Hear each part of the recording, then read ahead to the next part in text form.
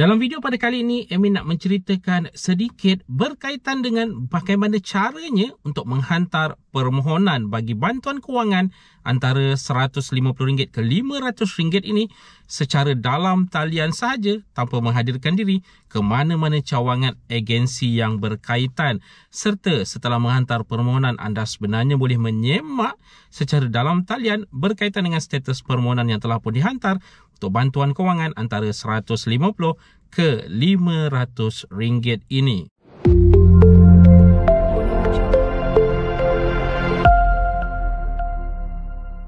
Assalamualaikum, salam sejahtera. Jumpa lagi di channel Heruan Nabi. Okay guys, kepada mereka yang belum lagi subscribe ke channel ini, jangan lupa tekan pada butang subscribe, tekan juga pada butang loceng. Thank you guys. Seperti yang diwar-warkan di awal video sebentar tadi berkaitan dengan penghantaran permohonan secara dalam talian, ingat tu, secara dalam talian bagi bantuan kewangan antara RM150 ke RM500 ini. Mungkin sebelum ini ramai yang tak perasan, ramai yang mengingatkan permohonan hanya boleh dihantar menerusi secara menghadirkan diri ke agensi yang berkaitan tersebut. Okay, bantuan kewangan yang dimaksudkan adalah berkaitan dengan bantuan kewangan bulanan Jabatan Kebajikan Masyarakat.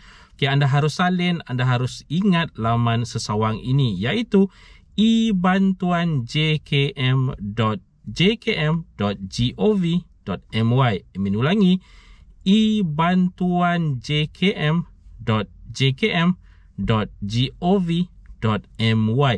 Ini adalah laman sesawang di mana anda boleh menghantar permohonan, mendapatkan maklumat berkaitan dengan bantuan kewangan secara bulanan oleh Jabatan Kebajikan Masyarakat ini dan sekaligus melihat, menyemak status permohonan yang telah pun dihantar.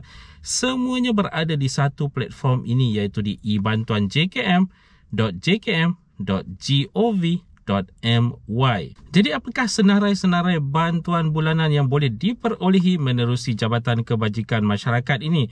Okay, yang pertama kita ada bantuan kanak-kanak ataupun nama singkatannya BKK.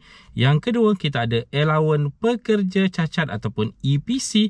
Kemudian kita ada bantuan OKU tidak berupaya bekerja. Ingat tu, bantuan OKU yang tidak berupaya bekerja.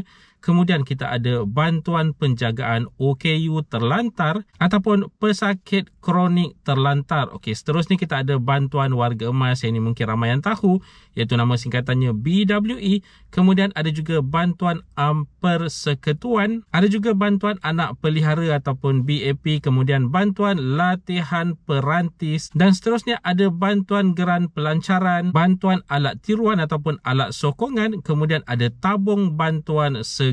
Jadi ini adalah antara senarai-senarai bantuan yang ada disalurkan oleh Jabatan Kebajikan Masyarakat. Jika anda melihat daripada senarai-senarai bantuan yang diberikan sebentar tadi, sebenarnya ada juga antara bantuan-bantuan tersebut yang secara bersifat one-off ataupun pemberian sekaligus, sebagai contoh untuk bantuan pelancaran dan sebagainya. Jadi di platform rasmi yang diberitahu sebentar tadi, iaitu di ebantuanjkm.jkm.gov.my, setelah anda pergi ke pautan rasmi ini, ke platform rasmi ini, anda akan melihat di situ ada option iaitu daftar permohonan atas talian. Jadi apa yang perlu dilakukan?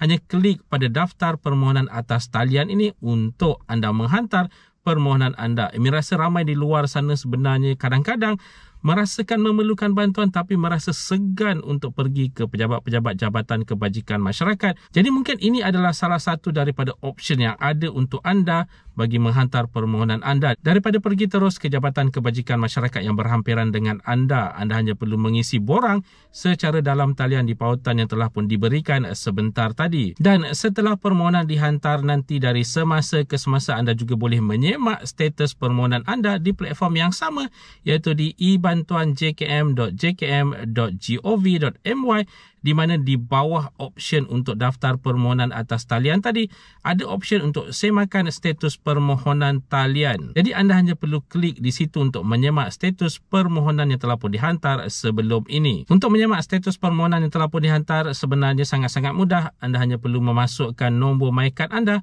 kemudian tekan pada butang semak bagi menyemak status permohonan yang telah pun dihantar sebelum ini. Begitu juga dengan penerima-penerima sedia ada bantuan bulanan Jabatan Kebajikan Masyarakat ini. Mungkin merasa risau berkaitan dengan status permohonan terkini anda ataupun status bantuan terkini anda, anda boleh juga menyemak status bantuan anda dari semasa ke semasa, sama ada masih lagi diluluskan, masih lagi diteruskan atau bagaimana, dengan cara memasukkan nombor MyKad di tempat yang telah pun dinyatakan sebentar tadi. Jadi guys, sekali lagi diingatkan, platform rasmi untuk menghantar permohonan secara dalam talian untuk bantuan Jabatan Kebajikan Masyarakat ini, tak kiralah bantuan bulanan ataupun bantuan secara one-off, adalah di ebantuan.jkm.gov.my. Itu saja sedikit sebanyak perkongsian di dalam video pada kali ini. Jika anda ada sebarang komen, sebarang pertanyaan, anda boleh tinggalkan di ruangan komen di bawah. Dan kepada mereka yang belum lagi subscribe ke channel ini, jangan lupa tekan pada butang subscribe, tekan juga pada butang loceng. InsyaAllah kita berjumpa lagi di video yang akan datang. Stay safe, stay healthy. Assalamualaikum.